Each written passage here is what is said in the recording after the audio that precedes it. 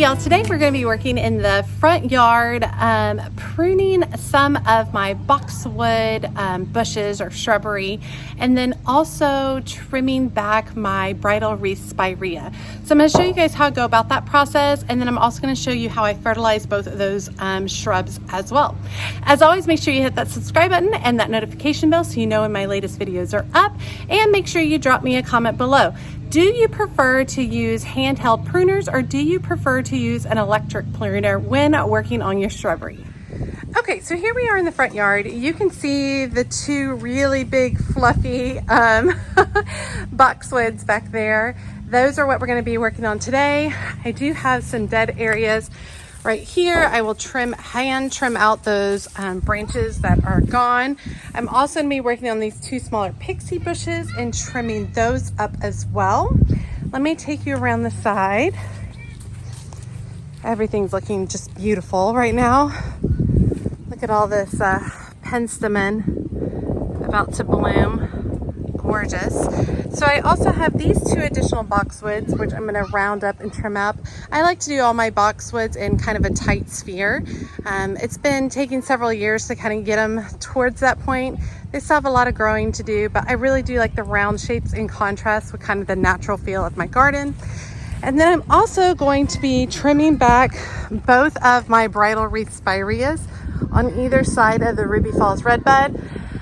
I trim those back really hard after each bloom cycle, and the reason that we do that is so that these don't get too overgrown. So the best time to trim them is immediately after a bloom cycle, and then they can spend the rest of the season adding new growth, and then on that new growth they will bloom next spring. Okay, let me show you my tools. I use an electric trimmer. This is just a Black & Decker that belonged to my father-in-law for many years. It's held up great and works great for me.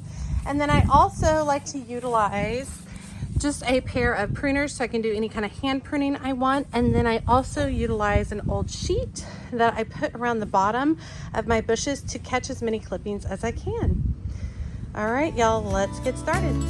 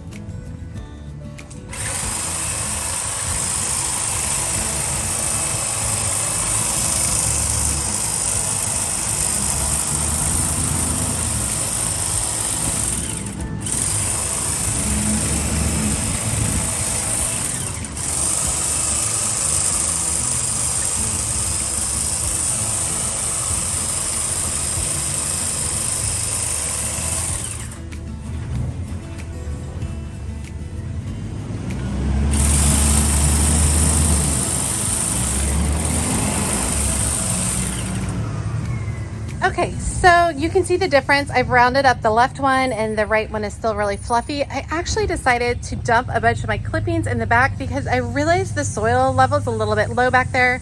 I don't typically plant anything back there, but I thought, you know what, I'll just leave a living mulch. I'll let all of that just decompose back there and help begin filling in that space. Now, I did want to say, if you get branches like this on your boxwood, I usually get 1 and or 2 per year. Trim these out, but don't throw them away. These are preserved basically at this point. You can save these and make a wreath out of them. They're great for floral arrangements, great for fall decor as well. So I typically like to hold on to these when I do my tree trimming and then utilize them in a design.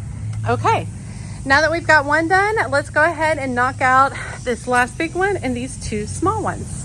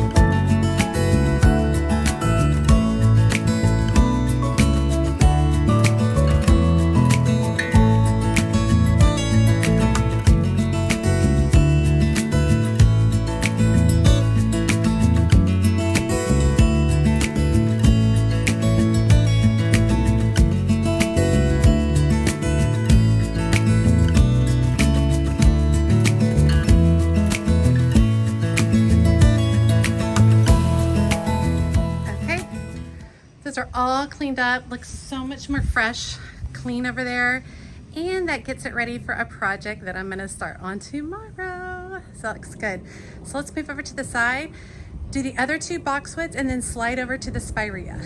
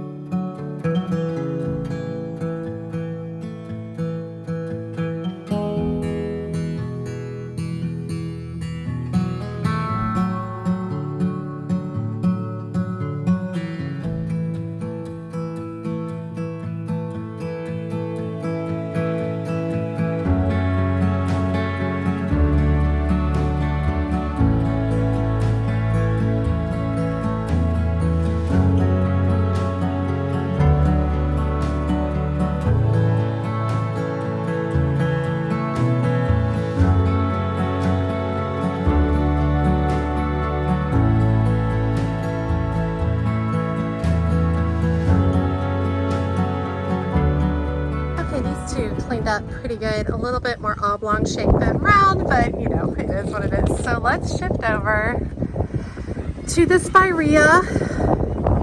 Like I said before, this is gonna look rough.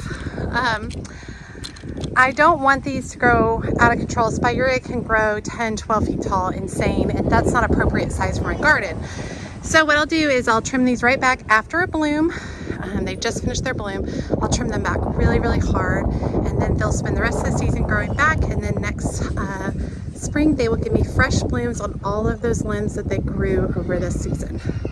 Let's go.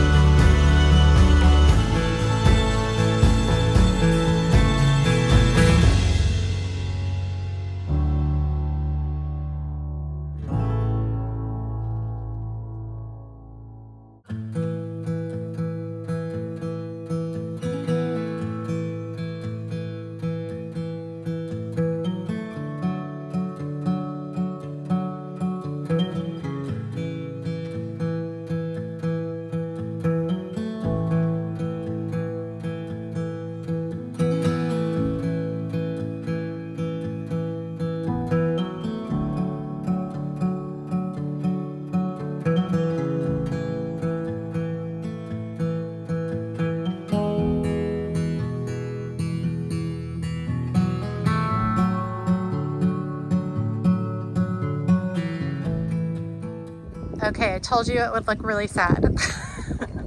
Massive, massive difference. This is what I do each year with these, and they come back beautiful and gorgeous. I'll make sure to put up a photo so y'all can see what they look like in bloom. They don't bloom for more than about 2 weeks, and that's it. And then after that, they're just not very attractive shrubs. So by trimming these back, it helps me control their size, but it also adds more sun to different areas of my garden that need it. So sweet. I think it all looks really good. Now I need to get my kids out here to help me clean up all of these clippings. Okay, it's a hot one. It's already about 6:30 in the evening. It's still 90 degrees. It's hot, y'all. This first week in May. It's rough. But anyway, glad I got that done. A couple of things. Sometimes I'll leave trimmings in the garden. Like I said, I had that low area in the back, and I was like, you know, I'm just gonna leave a bunch of trimmings back here and let them just decompose naturally. A lot of times I'll pull them out into the yard, and I like to do that when it's time for the grass to be mowed, because then my kids can pick up the larger ones, and then when the mowing crew comes through, they can just mow over and mulch the remaining bits into the grass, which is great. That's great for my grass. So anyway, and then like I said, I fertilize all those bushes with garden tone because that's what I had on hand. They've been out of plant tone, and I just haven't gotten over to another place to get them or anything like that. So I definitely earned my dinner for tonight. I hope you guys enjoyed this video. As always, she's a mad gardener or decorator or anything else that she wants to be. Thanks, y'all.